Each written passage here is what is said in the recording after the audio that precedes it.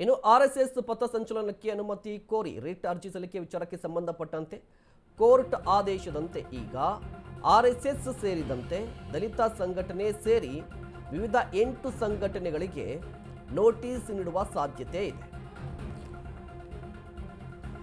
ಚಿತ್ತಾಪುರದಲ್ಲಿ RSS ಪಥಸಂಚಲನಕ್ಕೆ ಅನುಮತಿ ಕೋರಿ writ ಅರ್ಜಿ ಸಲ್ಲಿಕೆ ಆಗಿರುವಂತಹ ಪ್ರಕರಣಕ್ಕೆ ಸಂಬಂಧಪಟ್ಟಂತೆ ಕೋರ್ಟ್ ಒಂದು ಆದೇಶವನ್ನು ಕೊಟ್ಟಿದೆ.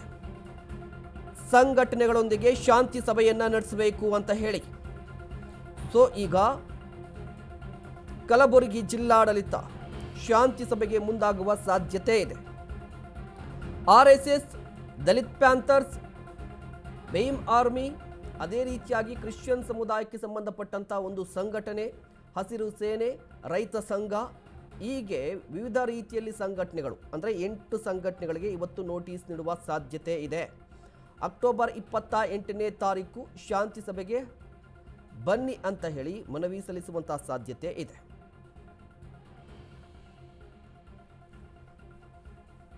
ಎಸ್ಪಿ ಅಡ್ಡೂರು ಶ್ರೀನಿವಾಸುಲು ನೇತೃತ್ವದಲ್ಲಿ ಶಾಂತಿ ಸಭೆಯನ್ನು ನಡೆಸಲಾಗುತ್ತೆ.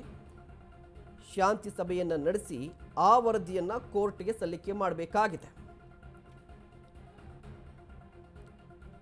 ಅಕ್ಟೋಬರ್ 28ನೇ ತಾರೀಕು ಶಾಂತಿ ಸಭೆ ನಡೆಸಬೇಕು ಅಂತ ಹೇಳಿ ಕೋರ್ಟ್ ಈಗಾಗಲೇ ಸೂಚನೆ ಕೊಟ್ಟಿದೆ. ಚಿತ್ತಾಪುರದಲ್ಲಿ ಆರ್ಎಸ್ಎಸ್ ಪಥಸಂಚಲನಕ್ಕೆ ಸಂಬಂಧಪಟ್ಟಂತೆ ಒಂದು ಅರ್ಜಿ ಸಲ್ಲಿಕೆ ಆಗಿತ್ತು. ಬಟ್ ಜಿಲ್ಲಾಡಳಿತ ಅನುಮತಿಯನ್ನು ಕೊಟ್ಟಿರಲಿಲ್ಲ. ಒಂದಿಷ್ಟು ಪ್ರಶ್ನೆಗಳನ್ನು ಕೇಳಿತ್ತು. ಅದಾದ ಬಳಿಕ ಆರ್ಎಸ್ಎಸ್ ಪರ ವಕೀಲರು ಕೋರ್ಟ್ಗೆ ಹೋಗಿದ್ರು. ಕೋರ್ಟ್ ವಿಚಾರಣೆ ನಡೆಸಿತು. ಆರ್ಎಸ್ಎಸ್ ಮತ್ತೆ ಅರ್ಜಿ ಹಾಕಿ ಜೊತೆಗೆ ಎಷ್ಟು ಮಂದಿ ಭಾಗಿಯಾಗ್ತಾರೆ, ಈ ಪಥಸಂಚಲನದ ಉದ್ದೇಶ ಏನು, ಎಲ್ಲೆಲ್ಲಿ ಮಾರ್ಗವನ್ನು ಸೂಚಿಸಿ ಅಂತ ಹೇಳಿ, ಜೊತೆಗೆ ಒಂದು ಅರ್ಜಿ ಮತ್ತೊಮ್ಮೆ ಒಂದು ಅರ್ಜಿ ಹಾಕಿ ಅಂತ ಹೇಳಿ ಕೋರ್ಟ್ ಸೂಚನೆ ಕೊಟ್ಟಿತ್ತು. ಆರಂಭದಲ್ಲಿ ಜಿಲ್ಲಾ ಆಡಳಿತಕ್ಕೂ ಕೂಡ ಒಂದು ವರದಿ ಸಲ್ಲಿಕೆ ಮಾಡಬೇಕು ಅಂತ ಹೇಳಿತ್ತು. ಅದರಂತೆ ಹೈಕೋರ್ಟ್ ನಿನ್ನೆ ವಿಚಾರಣೆಗೆ ಎತ್ಕೊಂಡಿತ್ತು. ನಿನ್ನೆ ವಿಚಾರಣೆಯ ಸಂದರ್ಭದಲ್ಲಿ ಜಿಲ್ಲಾಡಳಿತಕ್ಕೆ ಮತ್ತು ಸರ್ಕಾರಕ್ಕೆ ಒಂದಿಷ್ಟು ಸೂಚನೆಗಳನ್ನು ಕೊಟ್ಟಿದೆ.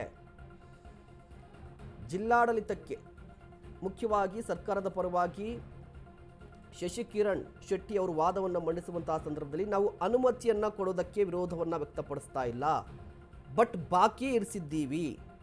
ಯಾಕೆ ಬಾಕಿ ಇರಿಸಿದ್ದೀವಿ ಅಂತ ಹೇಳಿದ್ರೆ ಕಾನೂನು ಸುವ್ಯವಸ್ಥೆ ಮತ್ತು ಸಂಚಾರ ದಟ್ಟಣೆ ಹೆಚ್ಚಾಗುವ ಸಾಧ್ಯತೆ ಇದೆ, ಹೀಗಾಗಿ ಬಾಕಿ ಇರಿಸಿದ್ದೀವಿ ಅಂತ ಹೇಳಿದ್ರು. ಇದರ ನಡುವೆ ಕೋರ್ಟ್ ಒಂದು ಸೂಚನೆ ಕೊಟ್ಟಿದೆ, ಶಾಂತಿ ಸಭೆಯನ್ನು ನಡೆಸಿ ಅಂತ ಹೇಳಿ.